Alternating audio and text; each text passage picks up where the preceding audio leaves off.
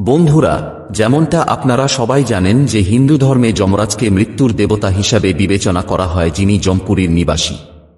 মৃত্যুর পরে আত্মাদের এই যমপুরীতেই নিয়ে যাওয়া হয়, যেখানে তাদেরকে তাদের কর্ম অনুসারে শাস্তি দেওয়া হয় বা সমৃদ্ধি প্রদান করা হয়। গরুড় পুরাণের ৪র্থ অধ্যায়ে যমপুরীর বিস্তারিত তথ্য বর্ণনা করা হয়েছে। আজকের এই ভিডিওতে আমরা আপনাকে বলবো যে যমলোক কতটা বড় এবং এটি দেখতে কেমন, এটি কে বানিয়েছে, যমরাজের সভা কেমন হয়, যেখানে মৃত আত্মাদের তাদের কর্ম অনুসারে শাস্তি দেওয়া হয়।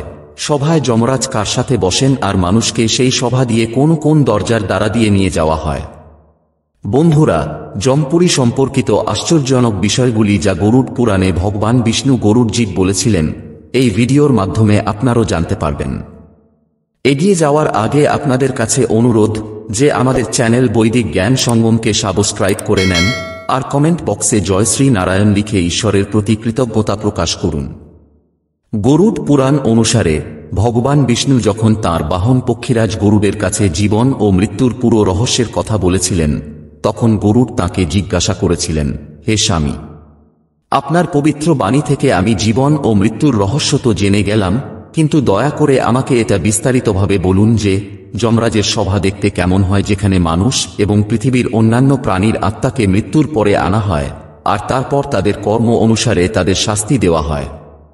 তখন ভগবান বিষ্ণু গরুড়কে বললেন, হে পক্ষী শ্রেষ্ঠ, যমরাজ, যিনি ধর্মরাজ নামেও পরিচিত, তিনি যমপুরীতে বাস করেন। সম্পূর্ণ বজ্র দ্বারা গঠিত এই লোক নারদের মতো ঋষিদের জন্য দুর্গম। যমরাজের এই ভবনটি দেবশিল্পী ভগবান বিশ্বকর্মা দ্বারা নির্মাণ করা হয়েছে। ধর্মরাজের এই লোক দুর্ভেদ্য। এই লোক এতটাই সুরক্ষিত যে যমরাজের ইচ্ছা ছাড়া অসুর দেবতারাও এখানে প্রবেশ করতে পারে না। এখানে যমরাজের সভা হয়, যেখানে আসা আত্মারা তাদের কর্ম অনুসারে ন্যায় বিচার পায়। যমরাজের এই প্রাসাদটি বর্গাকার, যার চারদিকেই 4টি দরজা রয়েছে, যা চারিদিক থেকেই উঁচু উঁচু দেয়াল দিয়ে ঘেরা আছে।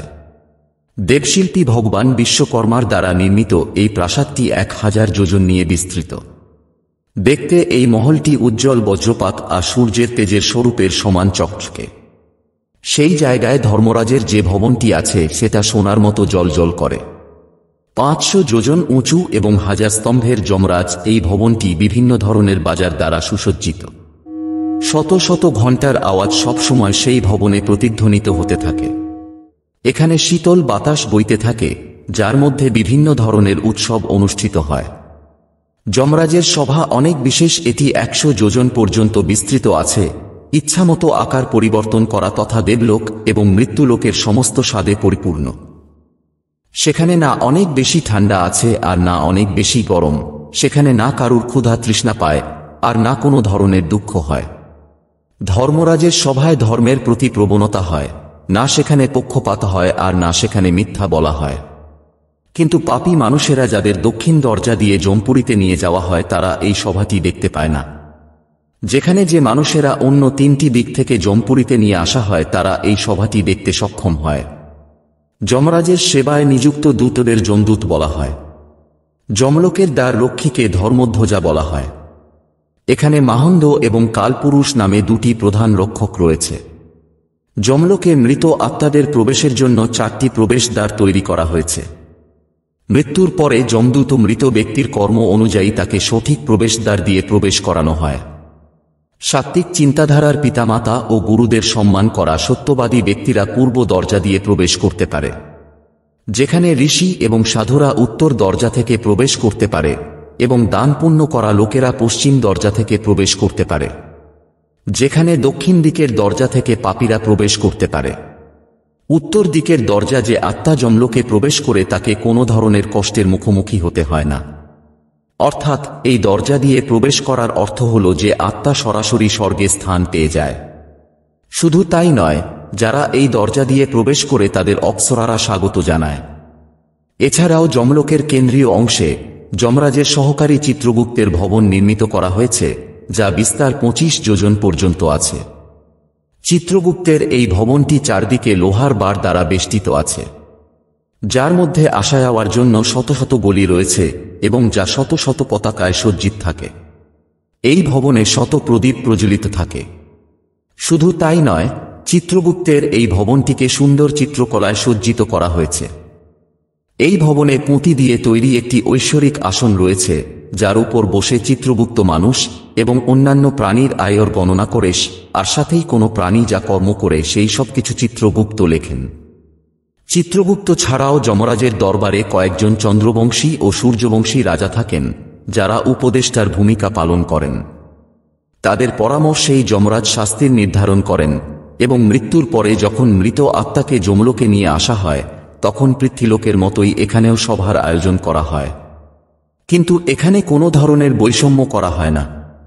মৃত আত্মা যমরাজের সভাতে পৌঁছানোর সাথে সাথে চিত্রগুপ্ত তাঁর কর্ম সম্পর্কে এক এক করে সভায় পড়ে শোনায়। তারপর যমরাজ তার সমস্ত সংসদের সকল সদস্যদের সাথে পরামর্শ করার পরে সেই আত্মার জন্য শাস্তির নির্ধারণ করেন, যার পরে আত্মাকে শাস্তি ভোগ করার জন্য নরকে পাঠায় দেওয়া হয়। আর যদি কোনো আত্মা তার জীবনে পাপের চেয়ে বেশি পুণ্য অর্জন করে থাকে, তাহলে যমরাজ নিজেই তাকে স্বর্গের প্রবেশদ্বারে পর্যন্ত ছাড়তে আসেন। কিন্তু বন্ধুরা, মৃত্যুর পরে যখন আত্মাকে যমলোকে নিয়ে যাওয়া হয়, তখন তাদের কর্ম অনুসারে পথেও নানা ধরনের নির্যাতনের সম্মুখীন হতে হয়। কারণ মৃত্যুর লোক থেকে যমলোকের পথ অনেকটাই দুর্গম হয়। এই পথে সর্বদা আগুন জ্বলতে থাকে, এবং যখন কোনো পাপী আত্মা এই পথ দিয়ে যায় তখন তার পা জ্বলতে শুরু করে, যার ফলে তার পায়ে ফোস্কা পড়ে যায়, যেটি অত্যন্ত বেদনাদায়ক হয়। যেখানে পুণ্য আত্মার জন্য এই পথ শীতলতা প্রদান করে। এই পথে গাছের কোনো ছায়াও থাকে না যেখানে সে বিশ্রাম নিতে পারে। শুধু তাই নয়, দুষ্ট আত্মার জন্য সেই পথে অন্যদির কোনো ব্যবস্থা থাকে না যাতে সে তার জীবন রক্ষা করতে পারে। এই পথে জল থাকা সত্ত্বেও পাপী আত্মা জল দেখতে পায় না যাতে সে তার তৃষ্ণা মেটাতে পারে। অন্যদিকে পুণ্য আত্মা এই পথে সমস্ত কিছু পায় যা সে বেঁচে থাকাকালীন দান করেছিল। তাই জন্য হিন্দু ধর্মে বলা হয়েছে যে মানুষের যতটা সম্ভব দান করা উচিত, যাতে মৃত্যুর পরে তাকে কোনো ধরনের সমস্যার মুখোমুখি হতে না হয়।